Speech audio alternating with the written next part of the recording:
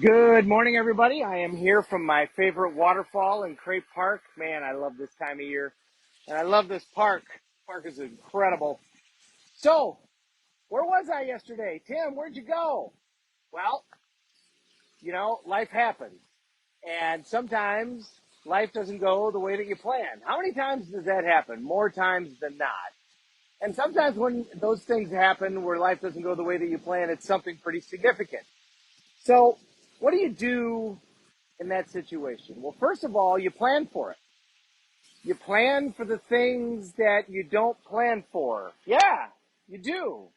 When you're scheduling your stuff that is super important, you have to schedule it for more than one time. So like when I sit down, usually Sundays are my day to do my RPM, results, purpose, massive action plan, whatever planner you use. I use the Tony planner or a version of the Tony planner. If you use Franklin Covey, whatever it is, you want to schedule your life. A goal is a dream with a deadline. If you think about it, it's a dream. Write it down. It starts to become reality. Whatever we write, we invite. But if you plan it, that's when it happens. So the things that are important, you have to plan for things that you don't expect. Well, how do you do that? Well, you schedule more than one time to do those things that are important. And you prioritize.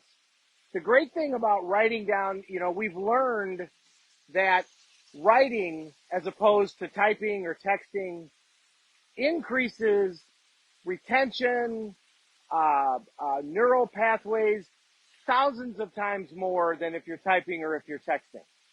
The research on this is off the charts. It's unbelievable. It's kind of like the impact of a morning walk on your brain's functionality. It's not just the oxygenation. It's more than that.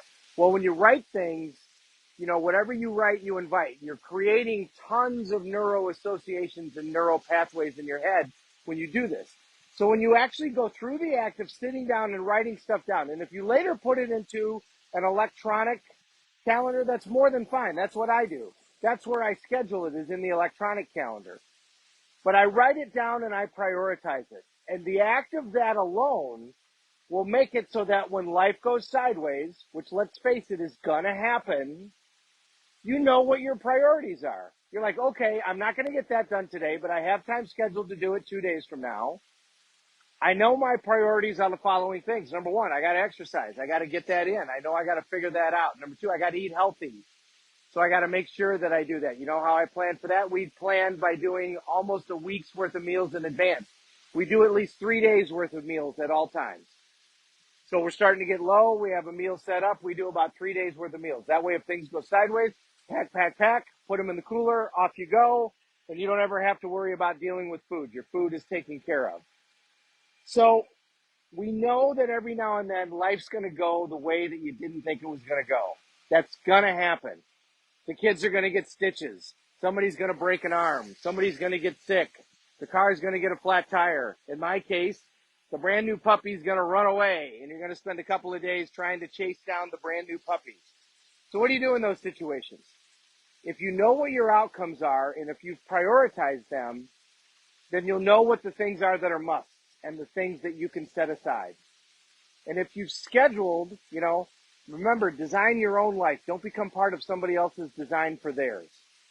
Designing your own life means you schedule the things that you need to do first. As Stephen Covey said, put first things first in the 7 Habits of Highly Effective People, which if you haven't read lately, pull it off the shelf, dust it off, and reread it, because it's amazing the knowledge that is in that book. So take that information and good morning. Take that information and utilize it effectively in terms of organizing your life. You want to organize your life so somebody else doesn't make you part of their organization. How do you do that? You schedule things.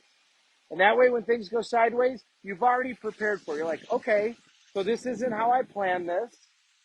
So now I've got time to do the things that I need to get done, and I'll take that time to do those, and I know what my priorities are. That's also going to help you manage your state, by the way. You're not going to go into panic mode or crisis mode, or if you do go into crisis mode, you're not going to stay there.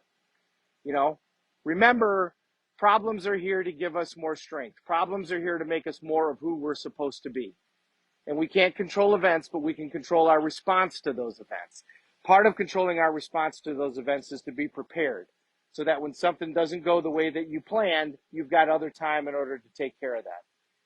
And if you look at everything and you say, everything is happening for me, not to me, and you ask that question, okay, if everything's happening for me and not to me, then why is this happening for me?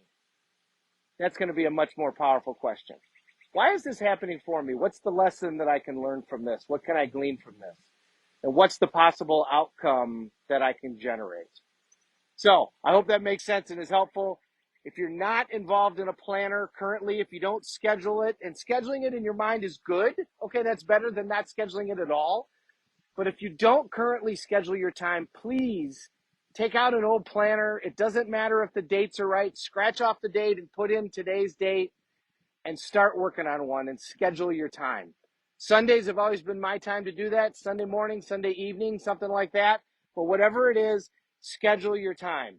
You know, a goal is a dream with a deadline. You got to set that deadline. You got to write down what your priorities are. And when you find out that your health becomes one of the top priorities, by the way, then everything else kind of falls into place, because in order to make health a top priority, everything else has to get done. Carrie Helm is on here watching. She can be the role model for you on that, because there's no better person than that to show you how to take care of your health and how to make it a priority. Thank you, everybody, so much for watching. We got 1 million people this morning. My Uncle Bill, Doctor, it's great to see you. Mr. Drehobel down in Florida. Tracy, thank you so much for hopping on. Teresa, thank you so much for helping us look for our dog. We're still out looking for him. We were out this morning. We haven't seen him. Last time he's been spotted is about 24 hours, so hopefully he's still around. Megan, thank you so much. Great to see you. Chrissy, my cousin out in Boston. Lamar, thank you so much for hopping on. Carrie, as I already said, talk about a role model for fitness. Maria out in New York, how are you, dear? Go Yankees. Yeah, go Yankees. And Tracy, thank you so much for hopping on and saying hi. And also thank you for helping with the puppy. Love you guys. I'm so honored you take the time to watch. We're all in this together. Let's take care of each other.